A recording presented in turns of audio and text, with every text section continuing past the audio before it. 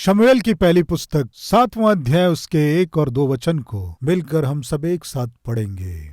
आइए एक साथ पढ़ें। तब किर्यत त्यारिम के लोगों ने जाकर यहोवा के संदूक को उठाया और अबीनादाब के घर में जो टीले पर बना था रखा, और यहोवा के संदूक की रक्षा के लिए अबीनादाब के पुत्र एलीआजर को पवित्र किया। किर्यत त्यारिम में संदूक को रखे हुए बहुत दिन हुए, अर्थात 20 वर्ष बीत गए, और इज़राइल का सारा घराना विलाप करता हुआ यहोवा के पीछे चलने लगा। तब शमूएल ने इज़राइल के सारे घराने से कहा, यदि तुम अपने पूर्ण मन से यहोवा की ओर फिरे हो तो पराये देवताओं अश्तोरेत देवियों को अपने बीच में से दूर करो और यहोवा की ओर अपना मन लगाकर केवल उसी की उपासना करो, तब वह तुम्हें पलिश्तियों के हाथ से छुड़ाएगा। कृपया ध्यान दीजिए, 6वें अध्याय में परमेश्वर की उपस्थिति हमें नहीं चाहिए, हमें ये परमेश्वर नहीं चाहिए, ये कहकर कुछ लोग परमेश्वर की उपस्थिति को अपने से दूर कर लिए। ये आपको 6वें अध्याय में मिलेगा। यह आपको मजाक सा लगेगा। प्रियो, परमेश्वर का संदूक यानी आपको याद है जब मिलाप वाले तंबू को बनाने को कहा तब परमेश्वर ने अति पवित्र स्थान में क्या रखा था, याद है? संदूक। ये संदूक है। संदूक यानी अति पवित्र स्थान में रहने वाला एक सोने का बॉक्स। इसमें 10 आज्ञाएं लिखी हुई 2 तख्तियां रखी हुई हैं। दाहिने और बाएं 2 स्वर्गदूत दिखाई दे रहे हैं। आप जानते हैं ये केरूब हैं, राइट। इस संदूक के ऊपर प्रायश्चित का ढकना होता है और उस प्रायश्चित के ढकने के ऊपर यहोवा की उपस्थिति की महिमा दिखाई देती है। यानी परमेश्वर की उपस्थिति में आप देख रहे हैं ना स्क्रीन में, परमेश्वर की उपस्थिति जहां रहती है वही ये संदूक है। ये संदूक जहां रहता है वहां परमेश्वर रहता है, इसका ये सूचक है। निर्गमन की पुस्तक उसका 25वां अध्याय 22वें वचन में हम इस बात को देखते हैं। वो क्या है कि मैं वाचा के संदूक में से होकर तुमसे बातचीत करूंगा, मैं अपनी आज्ञाएं तुम्हें दूंगा। ये कहकर वहां वचन हमें बताता है कि वाचा के संदूक के ऊपर जो केरूब हैं उनके मध्य में से मैं तुमसे बात करूंगा। इसका अर्थ क्या है? मैं वहां उपस्थित हूं, उस वाचा के संदूक के ऊपर मैं विराजमान हूं, वहां से मैं बात करूंगा। उस दिन परमेश्वर मूसा के द्वारा आज्ञा दिया, यानी जहां संदूक होता है वहां परमेश्वर की उपस्थिति रहती है, यानी वाचा का संदूक परमेश्वर की उपस्थिति को दर्शाता है। लेकिन उस संदूक को पलिश्तियों ने क्या किया जानते हैं? लेकर चले गए। पलिश्ती लोग, पापी लोग संदूक को अपने देश लेकर चले गए। इजरायलियों के ऊपर युद्ध करने आए। इजरायली लोग क्या किए थे जानते हैं? उस संदूक को युद्ध में लेकर गए। क्यों जानते हैं? वो संदूक परमेश्वर की उपस्थिति की पहचान है। यदि हम संदूक को युद्ध में लेकर जाएंगे तो परमेश्वर ही युद्ध करेगा। प्रियो, वे परमेश्वर को अपने जीवन में स्थान ना देकर, परमेश्वर को अपने जीवन में स्थान ना देकर पवित्र जीवन जिए बिना संदूक को ले जाकर युद्ध भूमि में रखने से क्या वे युद्ध में जा पाएंगे? कुछ लोग जीवन में पवित्रता ना होने पर भी अपने तकिए के नीचे बाइबल को रखते हैं। क्यों? कहने से बुरे सपने नहीं आएंगे, पापमय सपने नहीं आएंगे, डरावने सपने नहीं आएंगे, ये सोचकर तकिए के नीचे बाइबल रखकर सोते हैं। लेकिन उनके विचारों में पवित्रता नहीं रहती है, उनकी आंखों में पवित्रता नहीं रहती है, उनके सोच में पवित्रता नहीं रहती है, बिछौने में पवित्रता नहीं रहती है। लेकिन सोते समय बाइबल पास में रख के सोने से वो बाइबल क्या उन्हें बचाएगी? इसी भ्रम में उस दिन इजरायली लोग जिए। उनके जीवन में परमेश्वर को स्थान नहीं दिए। वे सोचे युद्ध में अगर परमेश्वर के संदूक को ले जाएंगे, वो संदूक परमेश्वर की उपस्थिति है, इसलिए परमेश्वर हमारी ओर से युद्ध करेगा, ये सोचकर उस संदूक को ले जाने से मूर्ख और दुष्ट पलिश्तियों ने क्या किया जानते हैं? सोने के संदूक को लाए सोचकर उसे ले गए, यानी संदूक को ही ले गए। संदूक को ले जाने के बाद पापी मनुष्य पवित्र परमेश्वर की उपस्थिति को अनुभव करे, ये संभव नहीं है। फलस्वरूप पलिश्तियों के जो अधिकारी थे और जो प्रजा थी, तरह तरह की बीमारियां हो गईं, तरह तरह के रोग हो गए। ये क्या है जो हमें कभी नहीं हुई ऐसी बीमारियां हो रही हैं, रोग हो रहे हैं। कारण क्या है? जब वे सोचे तब उन्हें समझ में आया कि जब से हम संदूक को लेकर आए हैं तब से हम में बीमारियां शुरू हुई। उस समय से ही हमारे जीवन में कष्ट उत्पन्न हुए। इसलिए संदूक हमारे पास नहीं रहना है। वापस इसे इजराइल देश में भेज देंगे सोचकर उस संदूक को वे वापस इजराइल के देश में भेजे। कृपया ध्यान दीजिए, परमेश्वर जहां रहता है वहां आशीष रहती है। परमेश्वर जहां रहता है वहां बरकत मिलती है। लेकिन वो परमेश्वर जहां है वहां रहने वाले लोग पवित्र जीवन जीना है, खराई और ईमानदारी से जीना है। एक प्रश्न, करंट हमारे जीवन के लिए बहुत ही आवश्यक है। करंट के बिना 10 मिनट भी घर में रहना हमारे लिए बहुत मुश्किल है। लेकिन यदि उसी करंट से हम खेलेंगे तो क्या होगा बताइए?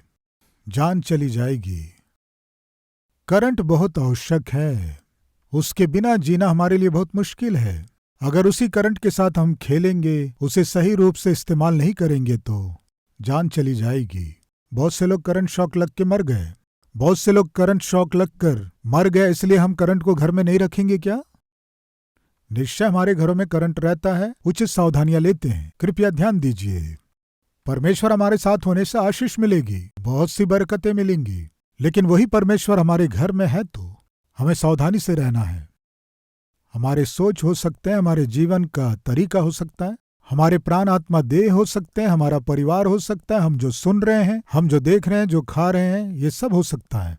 पति से, पत्नी से, बच्चों से जो व्यवहार हम करते हैं वो हो सकता है। ये सब परमेश्वर और वचन के अनुकूल होना है, तभी परमेश्वर की उपस्थिति हमारे लिए आशीष बनेगी। अगर ऐसे ना होकर परमेश्वर हमारे घर में होने पर भी यदि हम मनमर्जी से जिएंगे तो हमारा परिवार कष्टों में से होकर गुजरेगा। बिल्कुल यही हुआ। फलस्ती लोग पापी थे, लेकिन वे प्रभु की उपस्थिति को अपने बीच रखे, फलस्वरूप अपने जीवन को खतरे में डाले। इसे जानकर फलस्ती लोग संदूक को जब इजरायलियों के देश में भेजे, इजरायली प्रजा भी संदूक के प्रति अपवित्र व्यवहार किए, इसलिए उसके कारण भी वे नुकसान उठाए। 6वें अध्याय में हम देखते हैं। 6वें अध्याय के आखिरी वचन में आप देखिए, बाबू तुम आकर इस संदूक को ले जाओ, इस संदूक को आकर ले जाओ। क्या कह रहे हैं देखिए, 6वां अध्याय आखिरी वचन। तब उन्होंने किर्यत्यारीम के निवासियों के पास यों कहने को दूत भेजे, फलस्तियों ने यहोवा का संदूक लौटा दिया है, इसलिए तुम आकर उसे अपने यहाँ ले जाओ। प्रिय, संदूक जिसमें परमेश्वर की उपस्थिति है, वहां के इजरायली लोग क्या कह रहे हैं? इसे यहां से ले जाओ, हम नहीं रख सकते, ये संदूक हमारे बीच में रहेगा, हम मरेंगे। ले जाओ इस संदूक को, ले जाओ इस संदूक को कहकर किर्यत्यारीम के लोगों को खबर भेजे। फलस्वरूप वहां के लोग आकर संदूक को अपने प्रांत में ले जाकर उस संदूक के विषय में उचित सावधानियां लिए। लगभग 20 वर्ष तक संदूक वहीं पर था। करंट शॉक लगने से जान ही चली जाएगी सोचकर करंट को दूर कर लें, या जो बहुत आवश्यक है करंट को अपने घर में सावधानी से रखकर हम सावधानी से रहेंगे। क्या करेंगे? हम सावधानी से रहेंगे। किस लिए? करंट नहीं होने से जीना मुश्किल होगा, इसलिए। यानी परमेश्वर को दूर करके हमारा जीना मुश्किल है, इसलिए परमेश्वर को अपने घर में आह्वान करें और हम सावधानी से जिए। अच्छा है, हाँ कहने वाले ताली बजाएंगे। वहां क्या हुआ बताता हूं, सुनिए। 20 वर्ष तक उस प्रांत में रहने के बाद वहां के संदूक को किसी ने उठाकर ले गया। कौन लेकर गया? शमूएल की दूसरी पुस्तक उसके 6वें अध्याय में लिखा है, पढ़ेंगे आइए। शमूएल की दूसरी पुस्तक 6वां अध्याय 11 और 12 वचन। यहोवा का संदूक गतवासी ओबेदेदोम के घर में 3 महीने रहा। ओबेदेदोम नाम का व्यक्ति संदूक को अपने घर में रखने की आशा किया और अपने घर में रखा। समझ में आया? फलस्ती डर गए और इजरायली लोग कहे हमें नहीं चाहिए, लेकिन ओबेदेदोम नाम का व्यक्ति उसी संदूक को, परमेश्वर और परमेश्वर की उपस्थिति को अपने घर ले गया। जब परमेश्वर की उपस्थिति उसके घर में रही तब क्या हुआ बाइबल में है, देखेंगे। फिर से पढ़ रहा हूं 11 और 12वां वचन। यहोवा का संदूक गतवासी ओबेदेदोम के घर में 3 महीने रहा और यहोवा ने ओबेदेदोम और उसके समस्त घराने को आशीष दी। तब दाऊद राजा को यह बताया गया कि यहोवा ने ओबेदेदोम के घराने पर और जो कुछ उसका है उस पर भी परमेश्वर के संदूक के कारण आशीष दी है। तब दाऊद ने जाकर परमेश्वर के संदूक को ओबेदेदोम के घर से दाऊदपुर में आनंद के साथ पहुंचा दिया, आनंद से पहुंचाया। प्रिय, ओबेदेदोम ने क्या किया जानते हैं? जब सब डर रहे थे, वो परमेश्वर की उपस्थिति को अपने घर ले गया।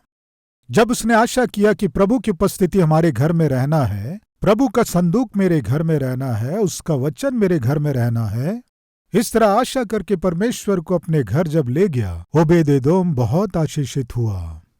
उसका घराना आशीष पाया, उसके घराने के सारे लोग आशीष पाए, उसका सब कुछ आशीषित हुआ। प्रिय भाइयों बहनों, मैं पूछता हूं, परमेश्वर का हमारे घर में रहना भला है या नहीं? परमेश्वर हमारे घर में रहने से हमारे लिए आशीष है, भला है, कहने वाले एक बार हाथ दिखाएंगे। राइट। यदि वही परमेश्वर हमारे घर आने के बाद पति यदि पत्नी के ऊपर हाथ उठाएगा तो, पत्नी यदि पति के ऊपर उठेगी तो, पति पत्नी यदि उस घर में लड़ाई झगड़ा करेंगे तो, उसी घर में परमेश्वर रहकर देखेगा तो क्या करेगा? चुप रहेगा? परमेश्वर आपके घर में रहने पर सामान्यतः पिता घर में रहने से बच्चे शोर मचाते हैं या चुप रहते हैं? माँ क्या कहती है? पिताजी घर में है बेटे कहने से वे तुरंत चुपचाप बड़े बुद्धिमान के समान पढ़ने लगते हैं, किताब पलट पलट के पढ़ते हैं, टीवी ऑन नहीं करेंगे, वीडियो गेम नहीं खेलेंगे, फोन में बात नहीं करेंगे, लड़ेंगे नहीं, झगड़ेंगे नहीं। किस लिए? पिता घर में है, पिता को आदर देते हैं। प्रिय भाई और बहनों, घर में पिता है, इसलिए पिता घर में है, इसलिए पिता का आदर करते हुए शोर नहीं मचाते हैं, चुपचाप रहते हैं। तो फिर स्वर्गीय पिता ही हमारे घर में रहने से हमें शांति के साथ रहना है कि नहीं? झगड़े लड़ाई किए बिना रहना है कि नहीं? पाप में सिनेमा देखे बिना, सीरियल देखे बिना, फोन में गंदी फिल्में देखे बिना पवित्रता के साथ घर में रहना है कि नहीं? परमेश्वर आपके घर में है, यदि आप विश्वास करते हैं तो आपका घर पवित्र रहना है, आपका जीवन पवित्र रहना है। प्रभु आपके घर में रहना आशा करके प्रभु को अपने घर में आह्वान करने के बाद उसी घर में यदि आप अपवित्र कामों को करेंगे तो निश्चय परमेश्वर आपको दंड देगा। निश्चय जो गलती कर रहे हैं उसके लिए परमेश्वर आपको दंड देगा, हिसाब मांगेगा, सजा देगा। यह आर्थिक रूप से हो सकता है, स्वास्थ्य के रूप से हो सकता है, दूसरी तरह से हो सकता है। परमेश्वर अपने बच्चों को क्या करता है? दंड देता है। पहले चेतावनी देता है, चेतावनी के अधीन नहीं होने से दंड देता है। यानी परमेश्वर को अपने घर में लाना अति आवश्यक है। परमेश्वर को अपने घर में लाकर लापरवाही का जीवन जिएंगे, गलत काम करते रहेंगे तो परमेश्वर जो हमारे जीवन का आधार है, यदि उसके प्रति लापरवाही करेंगे तो वो हमारे लिए खतरा है। करंट हमारे लिए आवश्यक है, लेकिन करंट के विषय में लापरवाही करेंगे तो जान चली जाएगी। इससे भी बढ़कर करोड़ों गुना पावरफुल पर्सन कौन है बताइए? हमारा प्रभु यीशु मसीह, महान शक्तिशाली हमारा प्रभु यीशु मसीह। प्रभु को यदि हम अपने घर में लाएंगे तो हमें आशीष मिलेगी। ओबेदेदोम अपने घर में परमेश्वर को लेकर आया, उसका सारा घराना आशीष को पाया। आज मैं पूछता हूँ, वो परमेश्वर हमें चाहिए, उसकी उपस्थिति हमें चाहिए, समृद्धि के साथ चाहिए। आशा करने वाले फिर से एक बार हाथ दिखाएंगे। मेरा एक प्रश्न, यदि आप सच में हमें परमेश्वर चाहिए, उसकी उपस्थिति हमारे घर में रहना है, ऐसे आप आशा कर रहे हैं, तो आपको कैसे जीना है? हमें कैसे जीना है? पिता हमारे घर में है, परम पिता हमारे घर में है, ये जानकर शांति से रहना है। परमेश्वर हमारे घर में निवास कर रहा है, ये जानकर पवित्र जीवन जीना है, खरा जीवन जीना है, ईमानदारी से जीना है। ऐसे ना जीकर यदि हम परमेश्वर है ये जानकर भी लापरवाही का जीवन जिएंगे तो कष्ट और नष्ट को, दुख तकलीफ को मोल लेंगे। ओबेदेदोम का किया गया अच्छा काम क्या है कहने से प्रभु को अपने घर में आह्वान किया। प्रियो, एक दिन एक राजा जंगल में शिकार करने गया। अचानक एक सिंह आकर जब राजा के ऊपर हमला किया, उसी समय एक जवान जो बलवान था, शिकार करने बंदूक लेकर जंगल में गया था। सिंह जब राजा के ऊपर हमला किया, वो जवान बीच में आकर सिंह को बंदूक से मारकर राजा की रक्षा किया।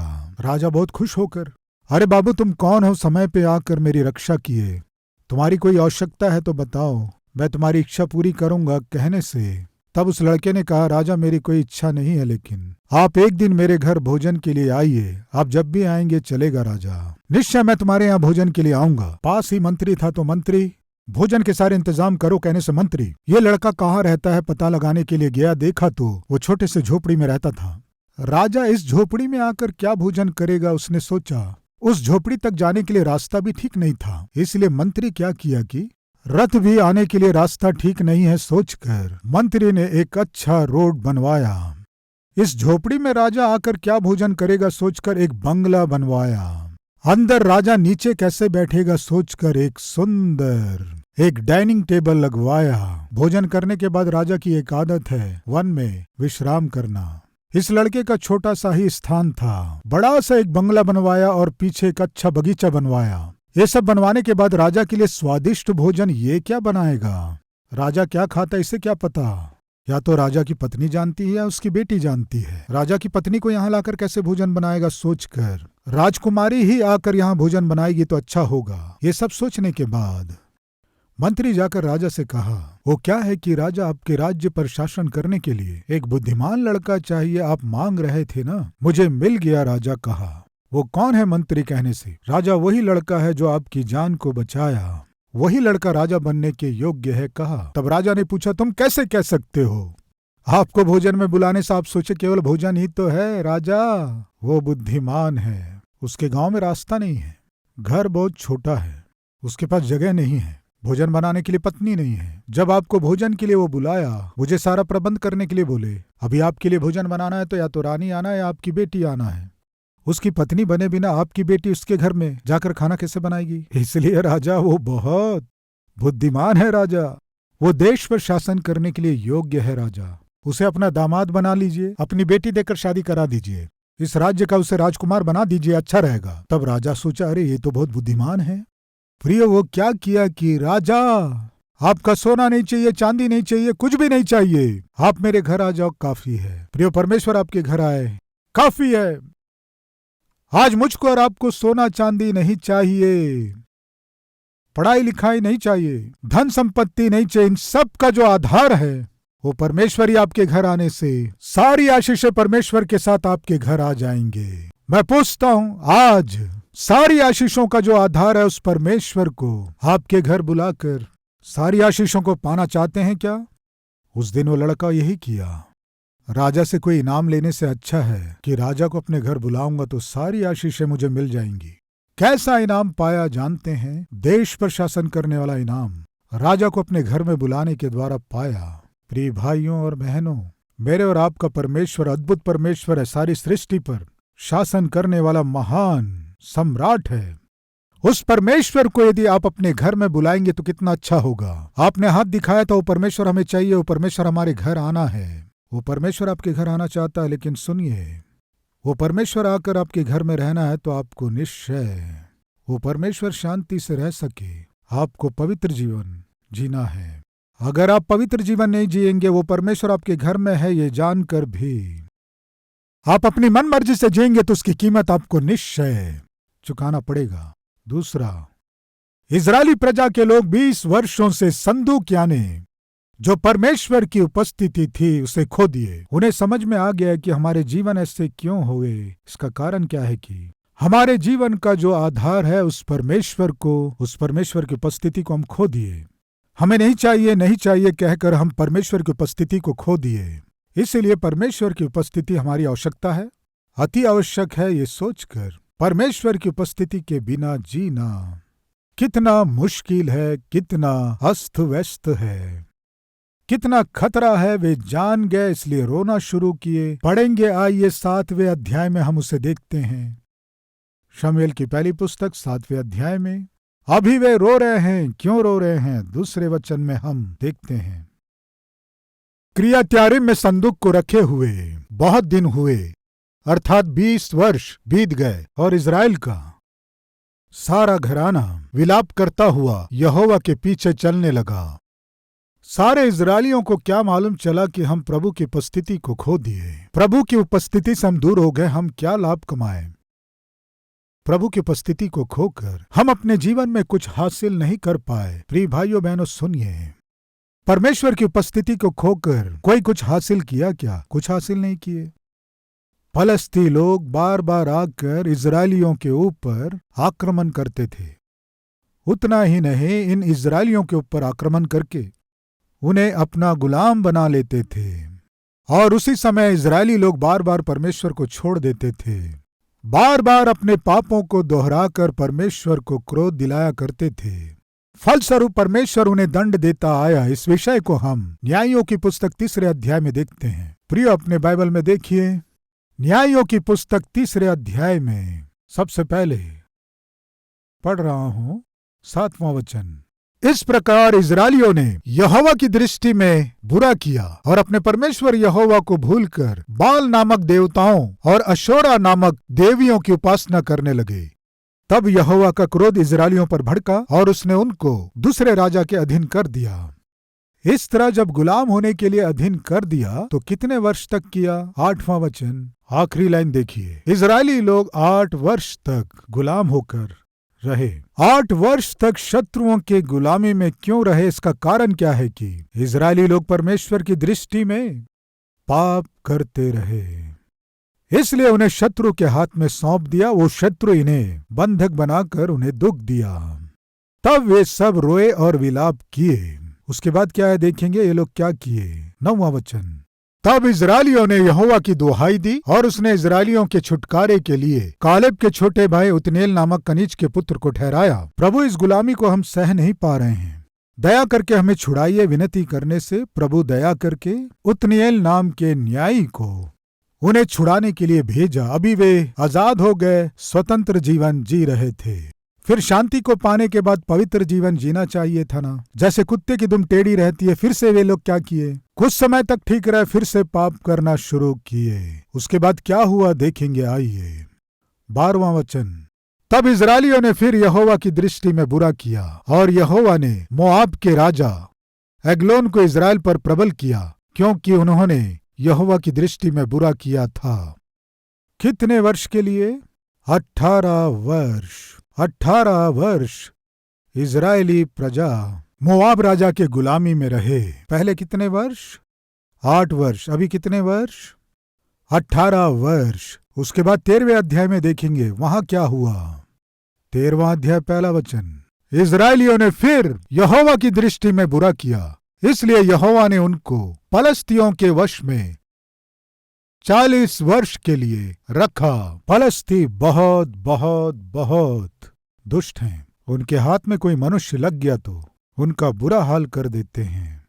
40 वर्ष तक जब उनके हाथ में कर दिया तो वे तड़प उठे। प्रियो, गुलामी को सह नहीं पाए। फलस्तियों के हाथों से इजरायलियों को छुड़ाने के लिए परमेश्वर किसे उठाया जानते हैं? फलस्तियों का सामना करना है तो बहुत ही शक्तिशाली बलवान व्यक्ति चाहिए। परमेश्वर ने क्या किया?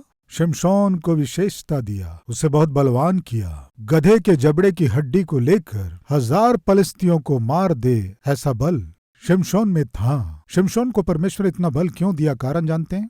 अपनी प्रजा इजरायलियों को फलस्तियों के हाथों से छुड़ाएगा इसलिए। लेकिन जब शिमशोन अपनी सुंदरता और बल को आधार बनाकर लड़कियों के पीछे जाना प्रारंभ किया, लड़कियों का गुलाम हो गया, वेश्याओं के पास जाकर अपने शरीर को पवित्र किया, परमेश्वर देखा शिमशोन को छोड़ दिया। प्रिय भाई और बहनों, परमेश्वर की उपस्थिति को खोना भला नहीं है। इजरायली लोग विलाप कर रहे थे, हम परमेश्वर की उपस्थिति को खो दिए, परमेश्वर से दूर हो गए। 20 वर्षों से उसका संदूक हमारे मध्य में नहीं है। फलस्वरूप हमारे जीवन में शांति नहीं, आनंद नहीं है, सुकून नहीं है, समृद्धि नहीं है। क्या है हमारा जीवन सोचकर परमेश्वर की उपस्थिति को खोकर रो रहे थे। कृपया ध्यान से सुने। शिमशोन परमेश्वर की उपस्थिति में रहकर सामर्थी कामों को करना था, लेकिन लड़कियों के पीछे पड़कर परमेश्वर की उपस्थिति को खो दिया, परमेश्वर से दूर हो गया। फलस्वरूप क्या हुआ? जब परमेश्वर शिमशोन को छोड़ दिया, शिमशोन परमेश्वर की उपस्थिति को खो दिया, फलस्तियों ने शिमशोन को पकड़ा और उसकी आंखें फोड़ दी और उसके शरीर को वे छलनी कर दिए और उसे जंजीरों से बांध दिए। शिमशोन अभागे स्थिति में अपने आप को मार लिया। क्या समझ में आ रहा है?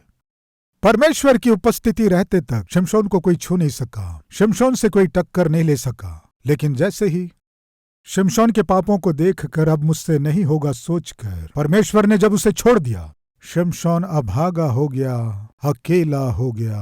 अंत में शिमशोन अपने आप को मार लिया। प्रिय भाइयों बहनों, परमेश्वर से दूर होना भला नहीं है। परमेश्वर की उपस्थिति को खोना सुरक्षित नहीं है।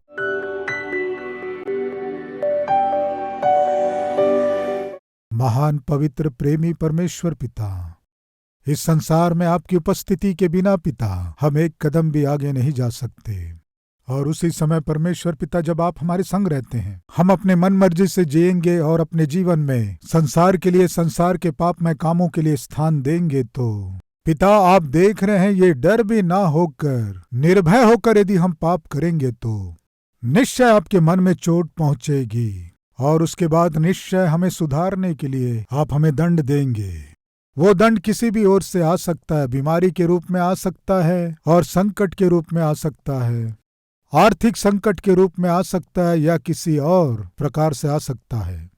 पिता, आपको चोट पहुंचाकर स्वयं चोट खाने से कोई लाभ नहीं है। तो हमारे घर में है, तेरी उपस्थिति हमारे साथ है, ये जानकर तेरी महिमा कर सके ऐसी सहायता कीजिए। तो हमारे घर में शांति के साथ रह सके ऐसा वातावरण हम बना सके, ऐसी सहायता कर पिता। पिता, इजरायली लोग तुझे खोकर उन्हें अपने जीवन में डर से थरथराते हुए जीना पड़ा। शिमशोन आपको खोकर अपनी जान गंवा दिया, तुझे खोकर शाऊल भी अपना प्राण खो दिया, तुझे खोकर इजरायली भी। पिता, फलिश्तियों की गुलामी में वे बहुत दुख उठाए।